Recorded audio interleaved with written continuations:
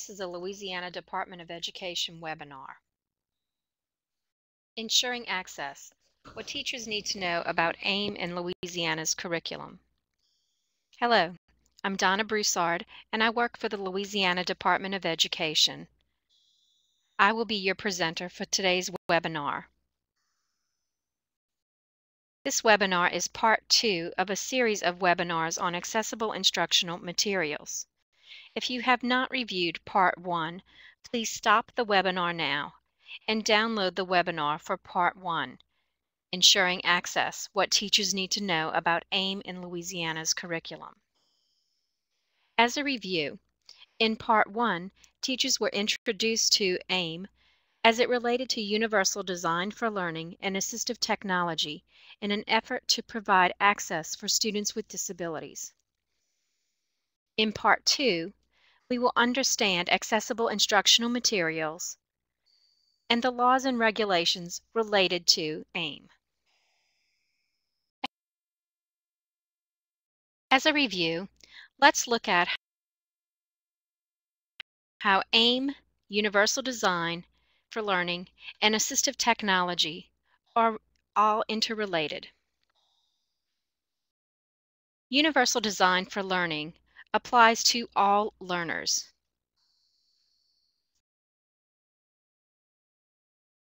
Assistive technology and AIM apply to students with disabilities. Universal design for learning adapts the curriculum, whereas assistive technology in AIM adapts the child's access method to a curriculum that is already developed. Universal design for learning is focused on outcomes. Assistive technology in AIM will help with outcomes, but the focus is on function. Universal design for learning involves systemic responsibility from design, planning, and purchasing through implementation. It will involve the collaboration between all partners, from designers, publishers, planners, and purchasers, to the educator. Assistive technology and AIM are ultimately the responsibility of the student's team.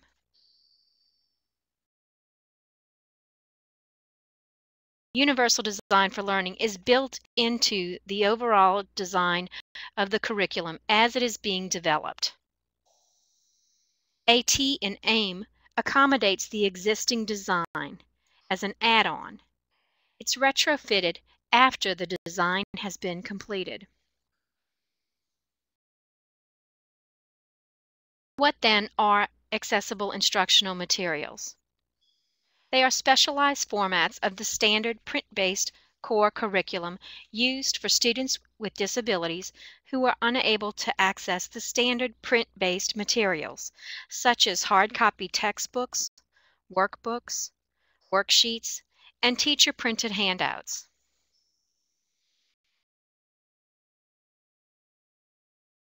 We will examine the components of the IDEA requirement in this presentation. The Individuals with Disabilities Education Improvement Act of 2004 requires that textbooks and core-related core instructional materials be provided to students with print disabilities in specialized formats and in a timely manner.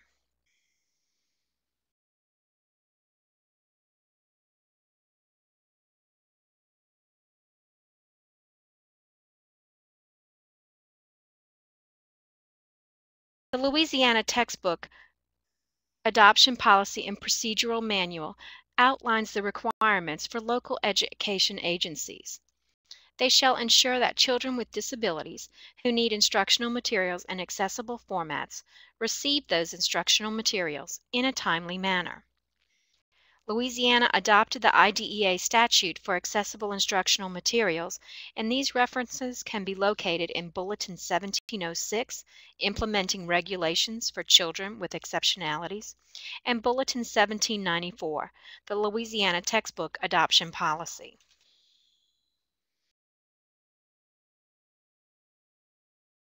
Considering these definitions, you may be asking yourself, what are core instructional materials? According to IDEA, core instructional materials are those written and published primarily for use in elementary and secondary school instruction.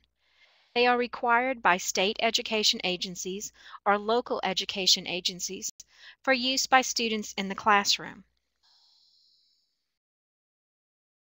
In Louisiana, the textbook has been defined as any medium or material, print or non-print, book or electronic medium that constitutes the principal source for teaching and learning in a specified subject area. A textbook shall be a systemically organized core of standalone instructional materials designed to support the teaching and learning of a curriculum based on the grade level expectation or state curricula guides. These materials shall be limited to instructional materials. Instructional materials are defined as those limited to items having intellectual content that by design assist in the instruction of the subject or the course. It is up to the education agency to determine the core of the curriculum for that agency. If materials do not meet the definition of core through state purchasing policy, but are necessary for the student to participate in or gain meaning from the lesson, the IEP team is required to provide an accessible format for the student as per the IDEA supplementary aids and services and/or accommodation sections listed. Accommodation sections are referenced under Braille and Assistive Technology under IDEA Part 300.346.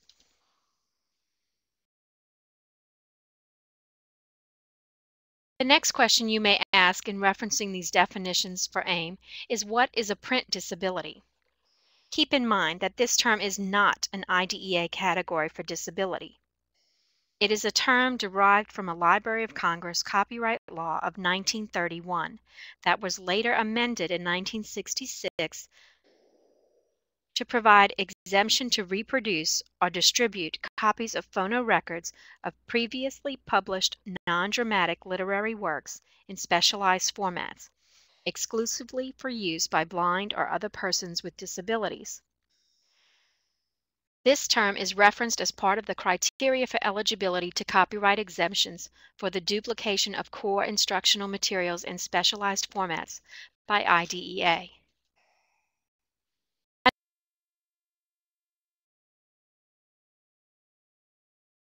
Another question that comes to mind is, who are students with print disabilities? These are students who have been certified by a competent authority as unable to read printed material because of a visual impairment or blindness, physical limitations, or organic dysfunction. Not all students with reading difficulties meet the criteria for print disabilities under the Chafee Amendment. Another question is, what are specialized formats? IDEA identifies 4 specialized formats. They are enlarged print, Braille, audio, and digital. We will explore these formats later in this session. Why are the formats needed? They support students who are unable to read printed text, and they make use of assistive technology tools possible. Agencies can get them in multiple ways. They can order them, they can have them downloaded from the NIMAC, which we will discuss later. They can create them, or they can access them from public domain. An example of a way that agencies can access from public domain is to go to the University of Virginia eBook Library.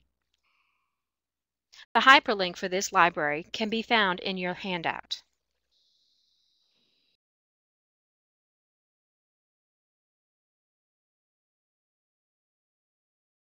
Another question that comes to mind when you consider the definition of accessible instructional materials is, what are Knaimus and NIMAC? Knaimus is an acronym for the National Instructional Materials Accessibility Standard. It is a standard established by the Secretary of Education to be used by publishers in the preparation of electronic files and used solely for efficient conversion into specialized formats for students with print disabilities. The NIMAC is a center. The acronym stands for National Instructional Materials Accessibility Center.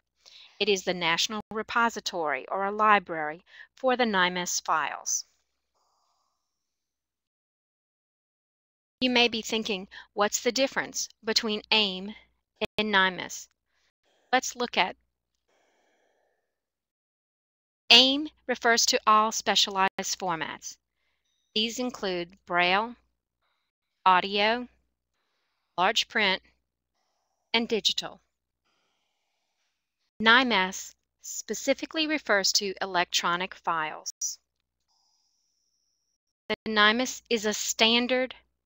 It is a uniform criteria to expedite the conversion of print into specialized format. AIM, Accessible Instructional Materials, include all files. They may or may not be a Knaimus file set. Knaimus is based on an old standard referred to as DAISY.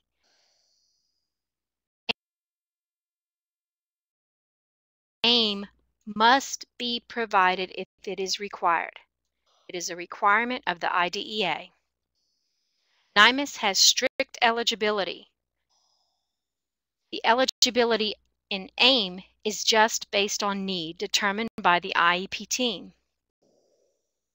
The strict eligibility in Knaimus references the criteria that we will discuss later in these slides. Knaimus files are only available from the NIMAC.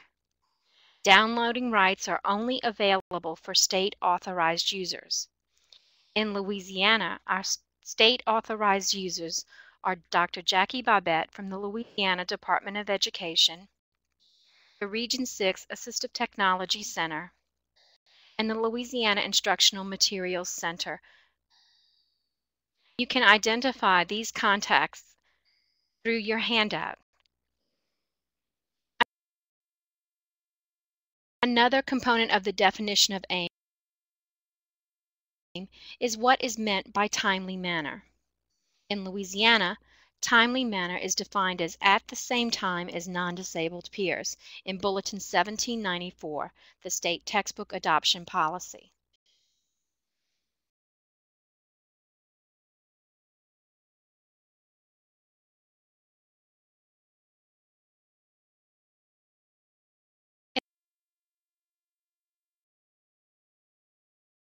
In order to help facilitate AIM in Louisiana, the State Department of Education participated in a consortium with 15 other states and CAST. This grant allowed Louisiana to develop materials and products to assist teachers and schools in ensuring AIM for students with disabilities.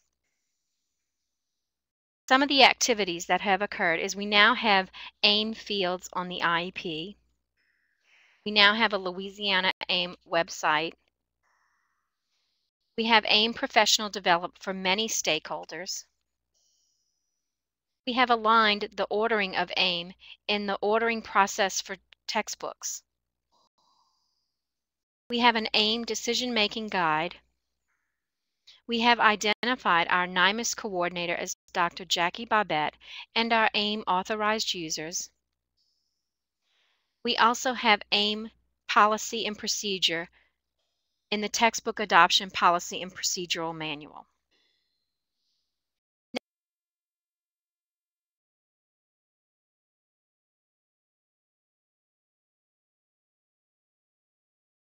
Now then, you're probably wondering, how do I know if my student needs AIM? We know through our work in assistive technology that before we consider the tool, we first need to consider the need. We reference the SET, Student Environment Task and Tool Procedure, established by Joy Zabala. In the SET, Zabala refers to framing the question. To frame the question, you need to know, what is the student expected to do? Where or under what conditions will the task be performed? What is the student's level of performance? And what are the materials?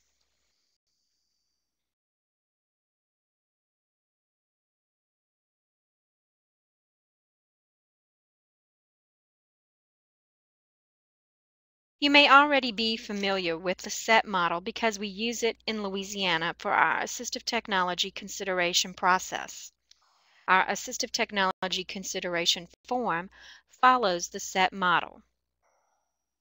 Zabala says that when we look at the environment, the tools, and the task, we can establish all of the curriculum areas that affect the student. In this model, we see that we have many students moving to the top of the grid. Some students are climbing the ladder. Some students are entering from the inside. And here we have an example of a student in a wheelchair who is going up the grid on a ramp, all with the same outcome to get to the top. The environment may be different, the tools and devices may be different, and the tasks may be different. This model can be located in the Threshold Journal. It was an illustration developed by Gary Newman. The information and the link for this model can be located in your handout.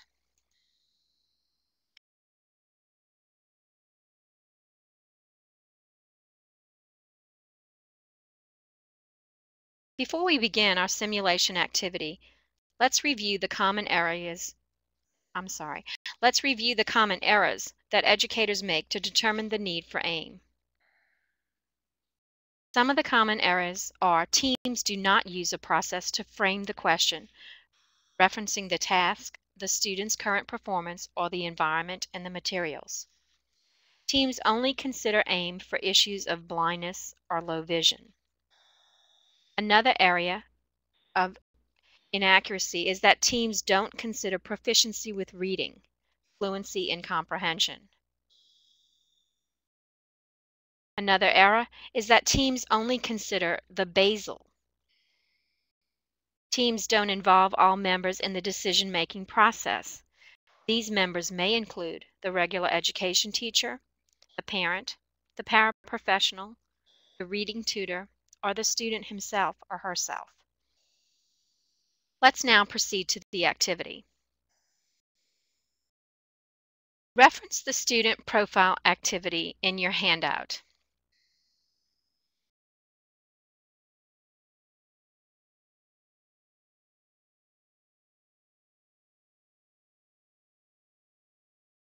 In your handout, we will explore the student Lydia. Lydia is a 14-year-old female in 6th grade. She is in an inclusion setting with accommodations and modifications as needed. Her current classroom technology includes 4 computers with office-type software, typical applications for academic use, and a flatbed scanner with optical character recognition, or OCR software, which is part of her AT system. She also has software for text-to-speech and word prediction. Lydia has a specific learning disability related to reading.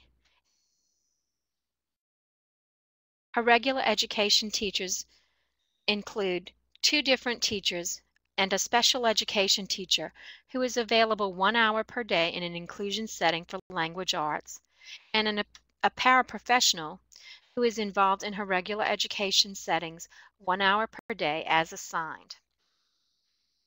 Lydia, her mother, and her younger brother moved to Louisiana last year. Her mother does not speak English. Her family has a computer at home that is connected to the internet. The computer has a free text-to-speech software program. Lydia also uses word prediction features on her cell phone if she has trouble spelling a word for a written assignment. Lydia participates in sports for basketball and track. She is included in regular class for all areas. She's shy around new people, but has formed close bonds with a few friends from the team and from her community church. She loves to draw and paint. Lydia's learning disability is in the area of reading. She is reading on a 3rd grade level and demonstrates on-level listening skills. She has no issues with attention or behavior. Since 5th grade, her IEP accommodations include the following: tests read aloud, assignments read orally, extended time, teacher-provided notes during lecture while Lydia marks the important concepts with highlighters, use of text-to-speech software with a flatbed scanner for independent assignments. This is not used during reading instruction, and use of word prediction software for writing assignments with the Predict Ahead feature disabled. Lydia attends after-school tutoring for reading. She can memorize sight words, definitions, and concepts, but is unable to sound out new words or read passages that contain new vocabulary. She usually depends on a peer or teacher to read new words to her for any subject area involving reading.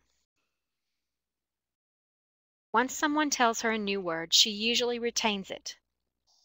For homework, she must wait for her mom to complete cooking and cleaning for assistance, but the language barrier makes it difficult. Her comprehension skills are adequate. Lydia has on-level skills for completing math, computation, and problem solving. However, she has difficulty reading word problems. Considering this information on Lydia, your activity after this webinar is to identify the student's current performance, the task that the student is having difficulty performing, the environment in which the task must be completed, and the curriculum materials that the student is required to use. We will continue this profile activity throughout this webinar. If you are having difficulty identifying these areas or barriers, you may want to refer back to the CAST curriculum tutorial, the barrier activity that we completed in session 1.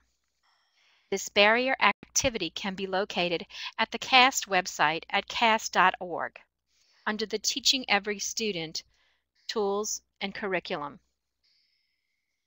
The Curriculum Barriers tutorial link is provided, and you can go through the tutorial entering the information about our student Lydia. This concludes part 2 of this series. Please forward your assignment to my email address at donnabroussard@la.gov. That's Donna, D-O-N-N-A, Broussard, B-R-O-U-S-S-A-R-D, @la.gov.